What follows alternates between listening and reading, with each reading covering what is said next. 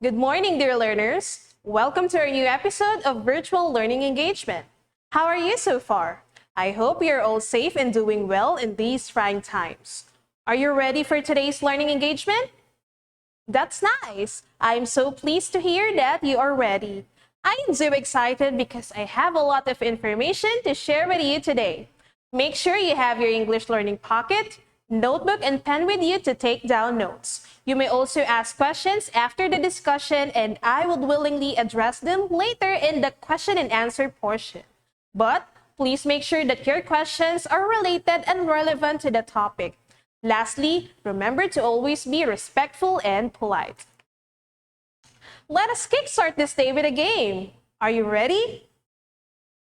We will be playing 4 Picks 1 Word. Are you familiar with it? Well, 4 Picks 1 Word is very simple. In this game, each level displays 4 pictures linked by one word. Your goal is to work out what the word is from a set of jumbled letters given below the pictures. But we will add a twist on this game. You have seconds to post the answer in the comment section. Are you ready? Come on, let's go! Level 1. What is the answer in this part?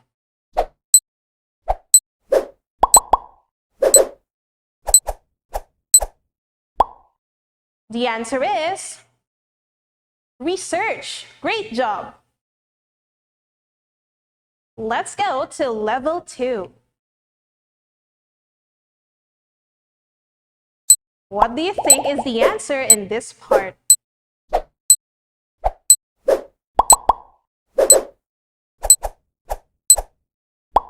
The answer is arranged. Fabulous! Let's go to level 3.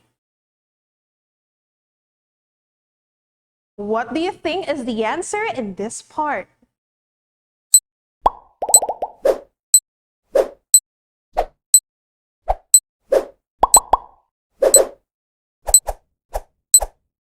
The answer is connected. Very good. Let's go to the last level. What do you think is the answer in level 4?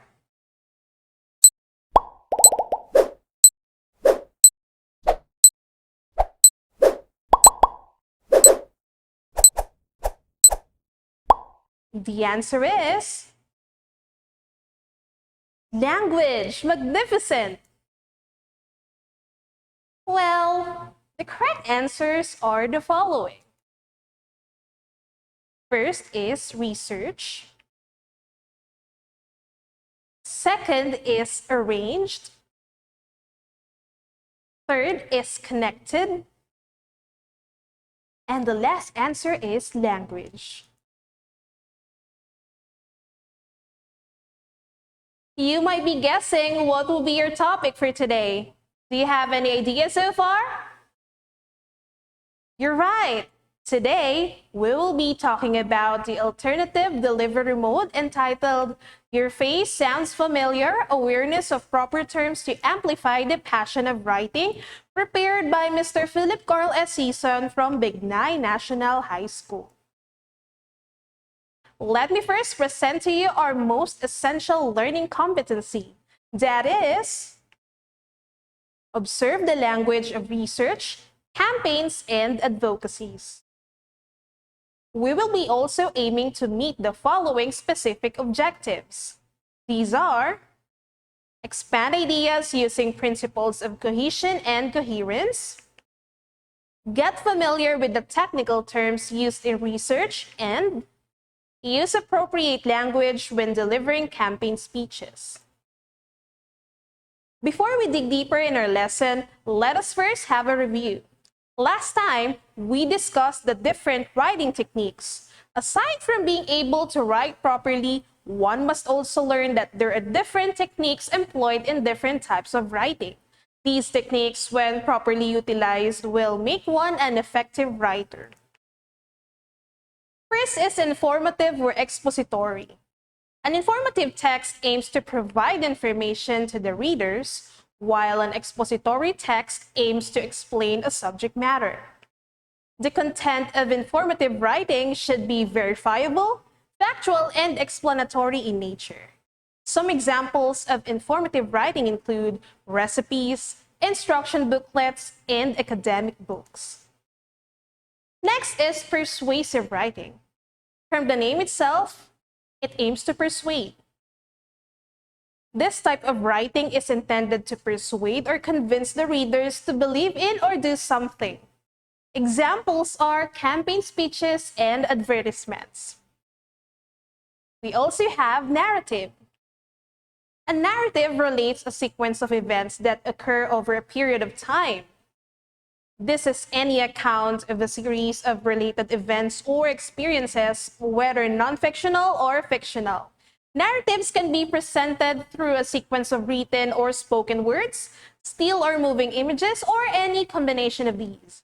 Examples are short stories and personal essays. To sum up, writing is an essential skill that all of us need to learn and develop. Effective writing skills contribute to effective communication. I'm wondering, do you believe writing is useful to our society? Why do you think so? Well, your answers are all correct. Writing is beneficial for our society. For that reason, we can write a research report. But what does this term mean?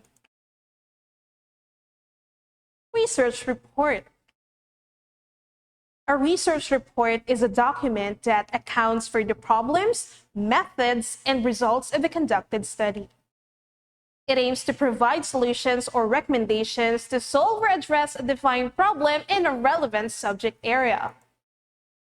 Now, what is the importance of a research report?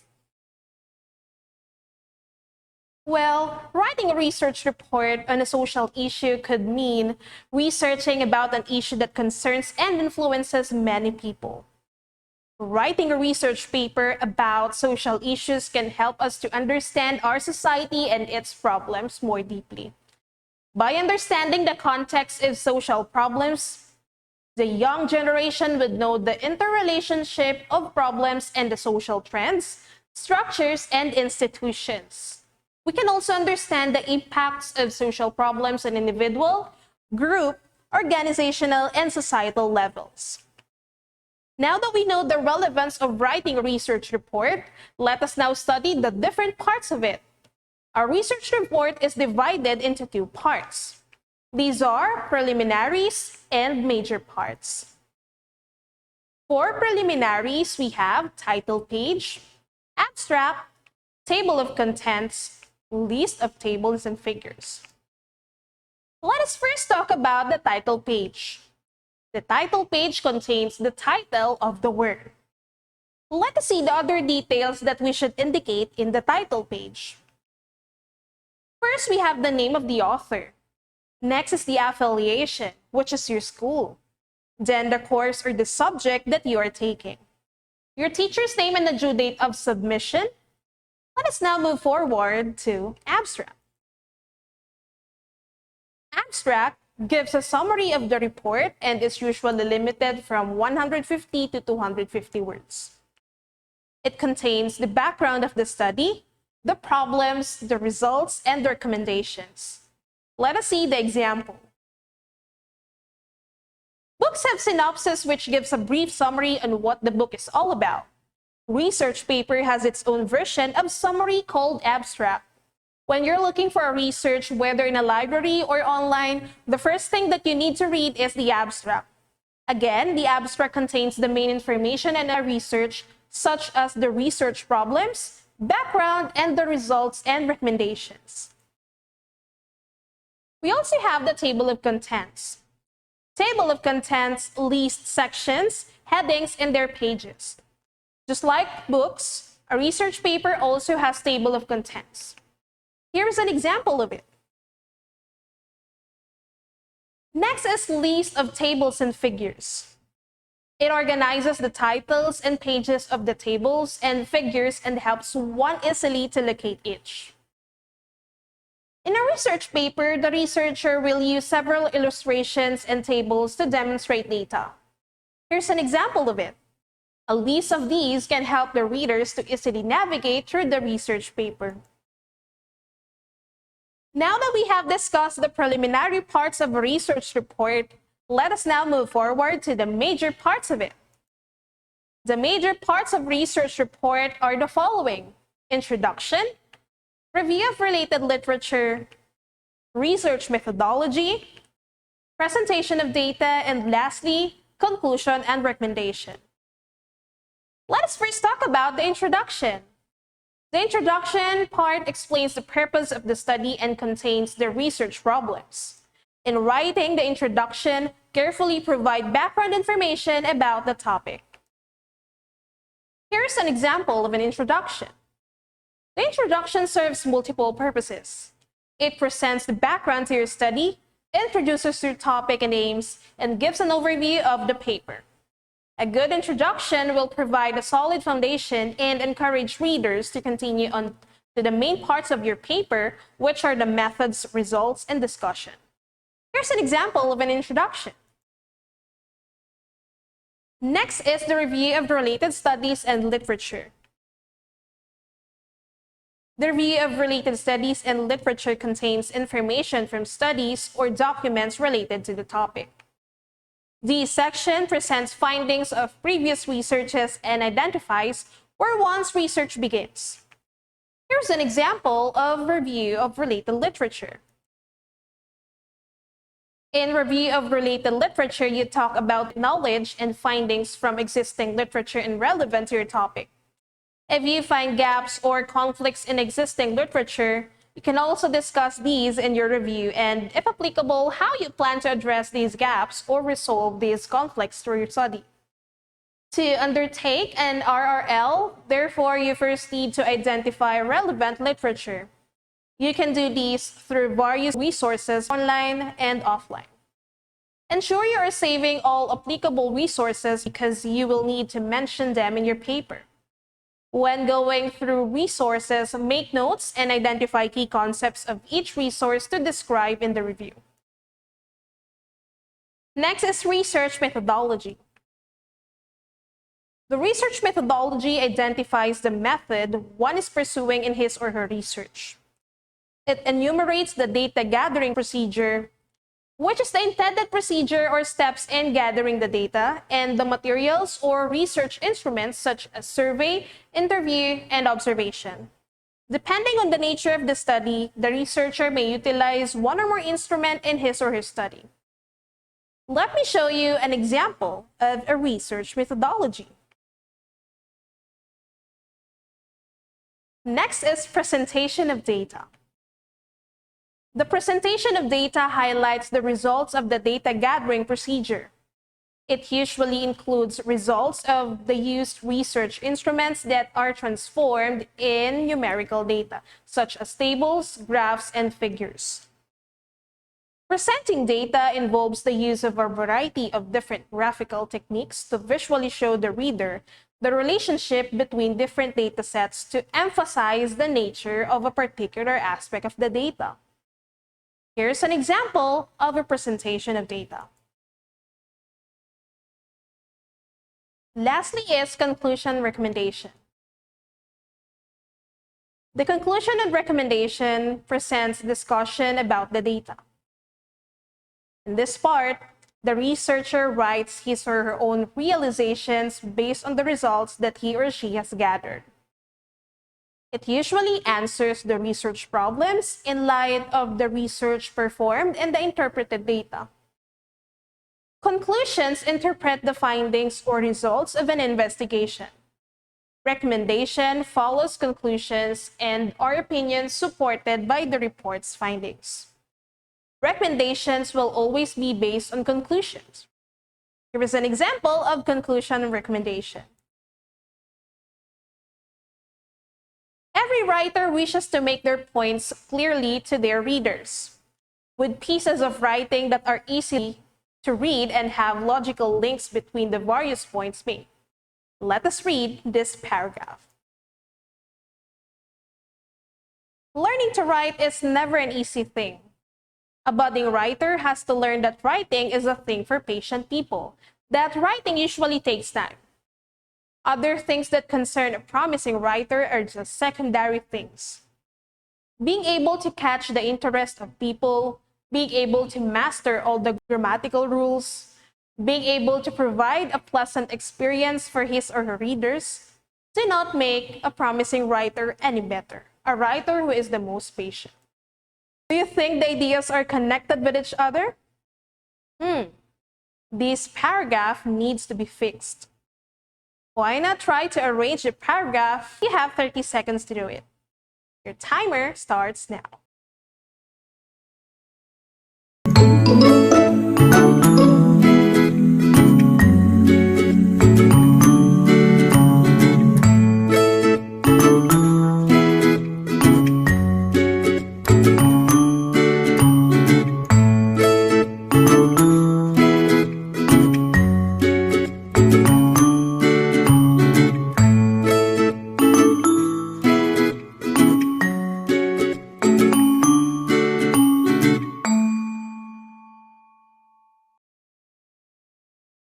Let's see if your answers are correct. Learning to write is never an easy thing. Essentially, for a budding writer has to learn that writing is a thing for patient people, that writing usually takes time. On the contrary, other things that concern a promising writer are just secondary things.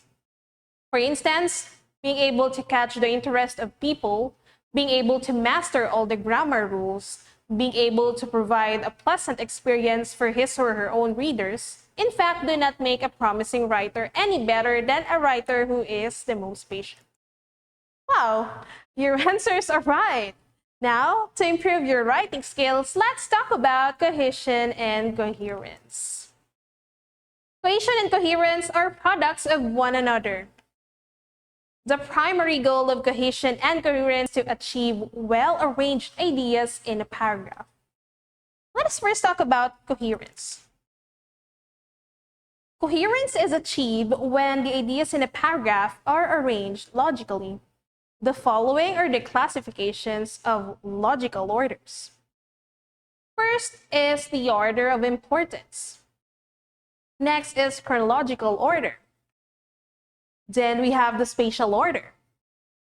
We also have comparison and contrast order. Lastly is the cause and effect. First is the order of importance. This order is classified into two, descending order and ascending order. In the descending order, one lists the most important ideas or the major ideas first, followed by minor ideas.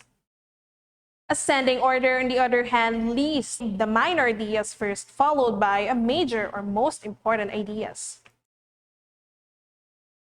Example: Glenda Almo is more fortunate than the motherless, fatherless little child scavenging for food on streets.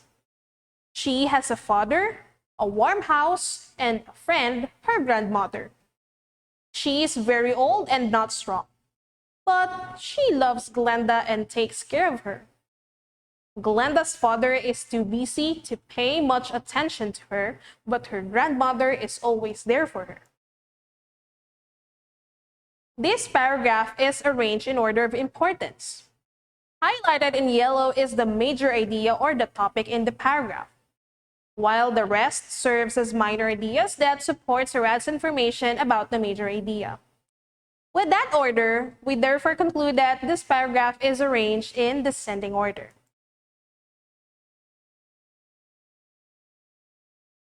Next is chronological order. Here, ideas are arranged based on a time element. Let's see the example. Paper-mache sculpture can be made from a few items. First, cut newspaper into 1 or 2 inch strips. Then, dip the paper into a mixture of water and white paste. Finally, mold the strips over a box, a hanger, or clumped newspaper. The shape you create will soon harden. Have you noticed how every step is connected with each other? Notice the underlined words. We have first, then, and finally.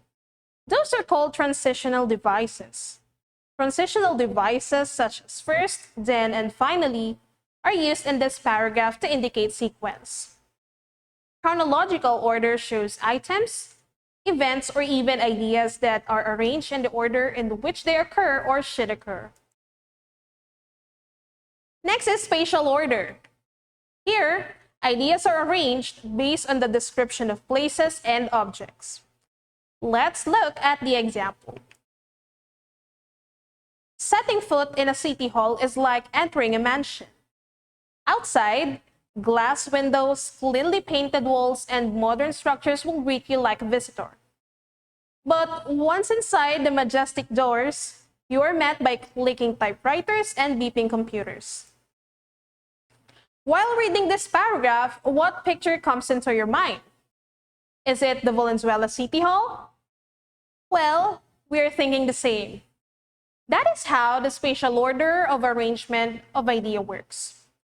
It shows an arranged or organized ideas in which details are presented as they are located in space, from left to right, top to bottom, etc. Spatial order describes things as they appear when observed. Next is comparison and contrast order. It shows ideas based on similarities and differences. Let's take a look at this example. Before the advent of computers and modern technology, people communicating over long distances used traditional means such as letters and telephones. Nowadays, we have a vast array of communication tools which can complete this task, ranging from email to instant messaging and video calls.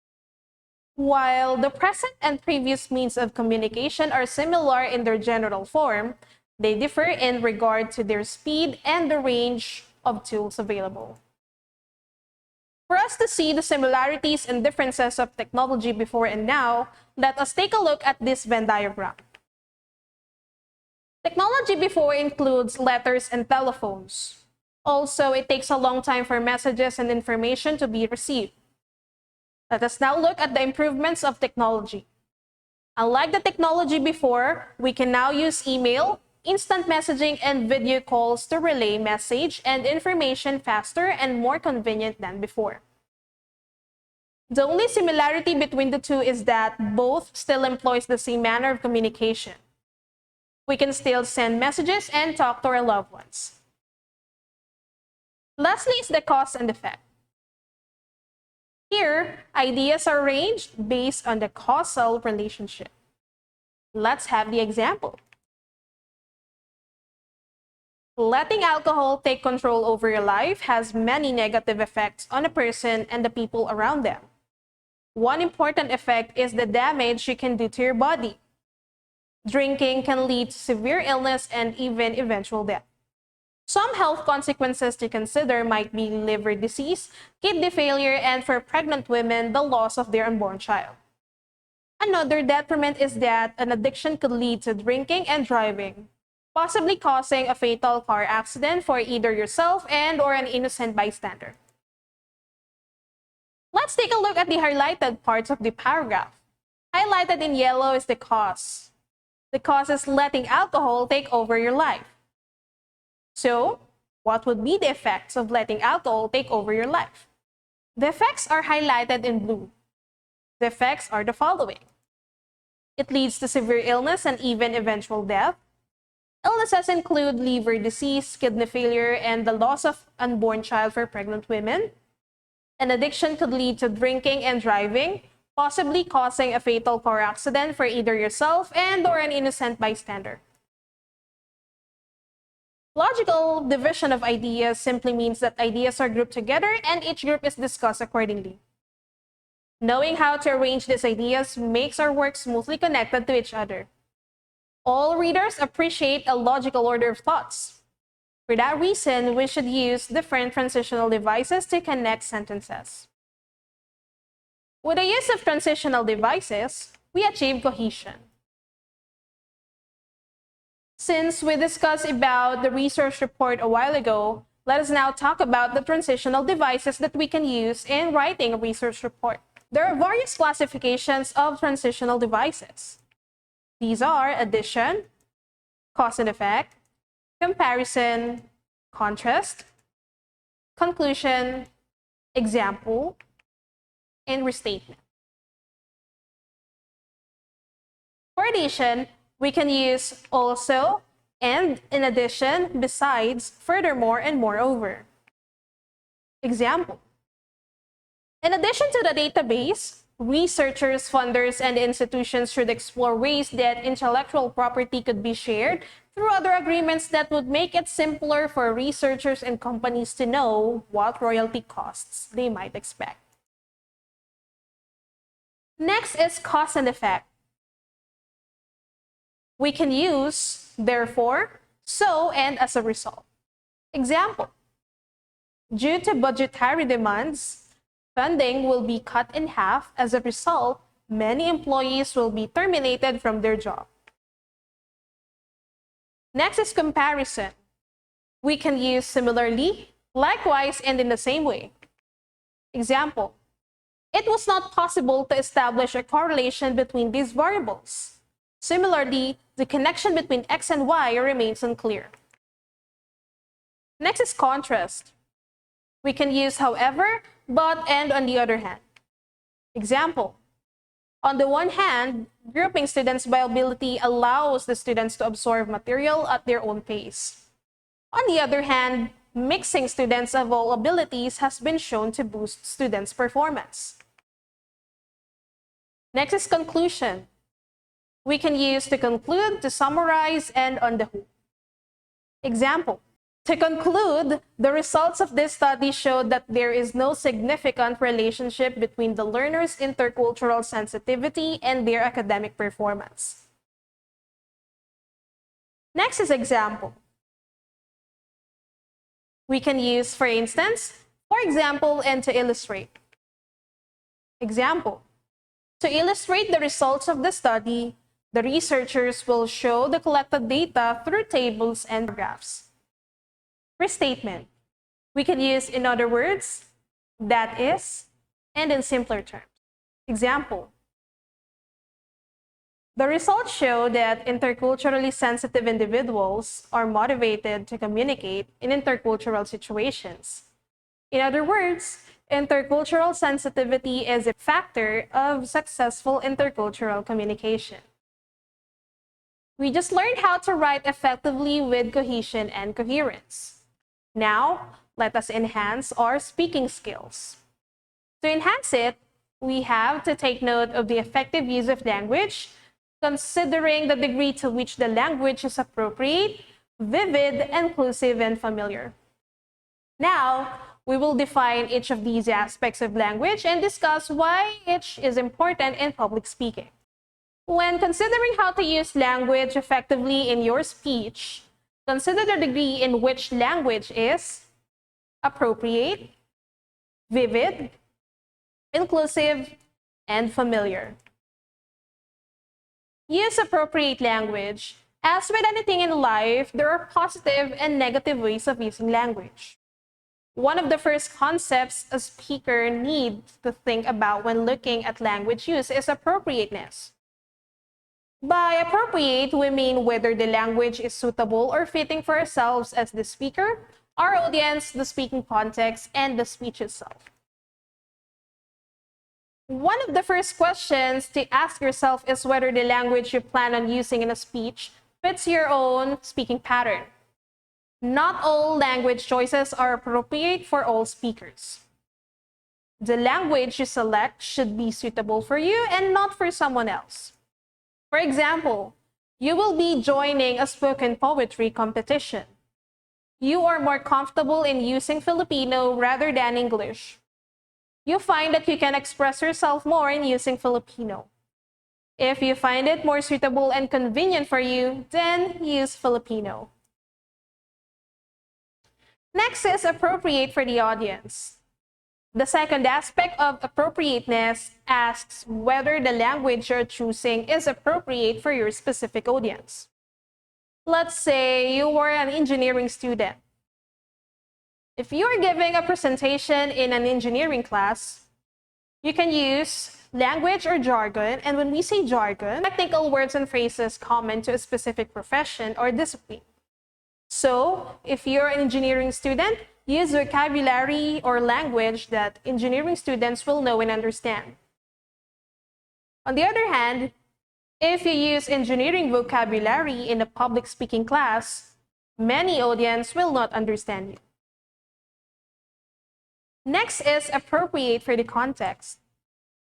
The next question about appropriateness is whether the language you will use is suitable or fitting for the context itself. The language you may use or employ if you're addressing a student assembly in high school auditorium will differ from the language you would use at a business meeting in a hotel ballroom. In other words, let us consider the situation and choose our language appropriate to it. Lastly is appropriate for the topic.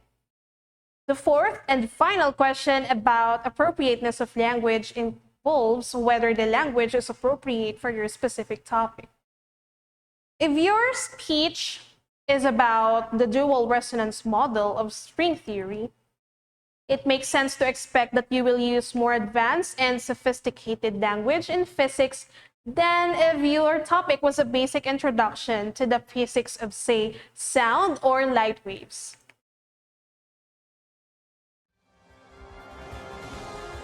Let's play Who Wants to Be a Millionaire? This is a quiz competition where you have to correctly answer a series of multiple choice questions in order to advance to the next level question. There are 15 questions in total, and each question is worth a specific amount of money, and no time limit is placed on you to come up with an answer. You also get 3 lifelines to assist you if you get stuck on a particular question. Are you ready? Let's play Who Wants to Be a Millionaire?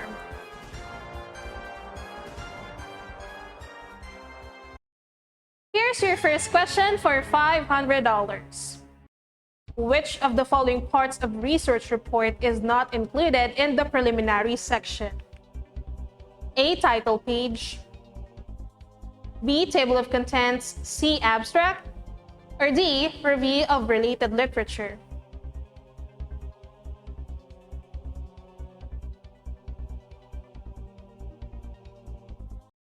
And the correct answer is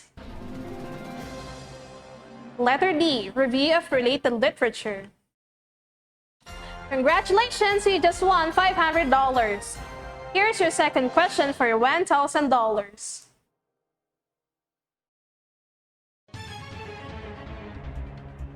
What part of research report contains the background of the study, the problems, the results, and recommendations? A. Review of related literature, B. Introduction, C. Abstract, or D. Presentation of data?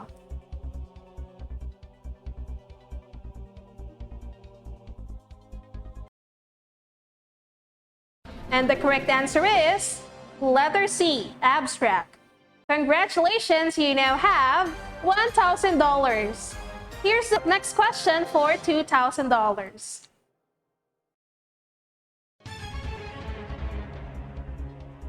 The section presents the findings of previous researches and identifies where one's research begins.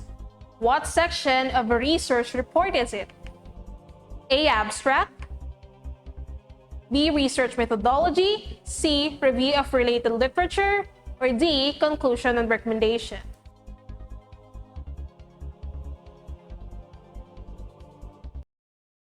And the correct answer is letter C, Review of Related Literature. Congratulations, you now have $2,000.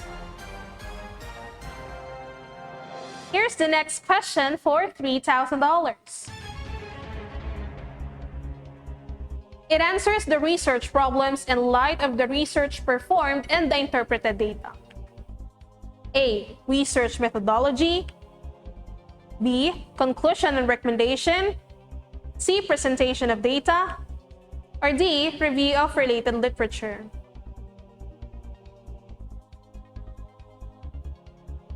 And the correct answer is Letter B, conclusion and recommendation. Congratulations, you now have $3,000. Here's the next question for $10,000. Complete this sentence. Over the years, blank to my research, I have engaged in many different training activities for younger scientists, both within and outside my institution. Is it A, in other words, B, likewise, C, in addition, or D, and?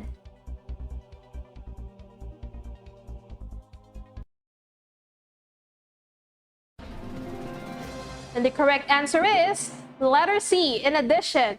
Congratulations, you now have $10,000. Here's the next question for $30,000. Tina is speaking English in a Filipino class. What aspect of appropriate language use is being deviated? Is it A, appropriate to the speaker, B, appropriate to the context, C, appropriate to the audience, or D, appropriate to the topic?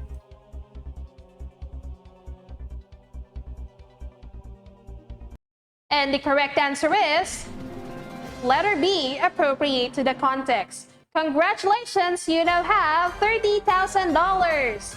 Here's the next question for $50,000.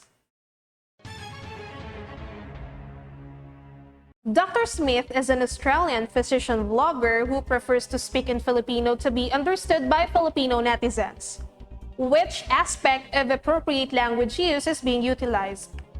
Is it A, appropriate to the context, B, appropriate to the topic, C, appropriate to the audience, or D, appropriate to the speaker?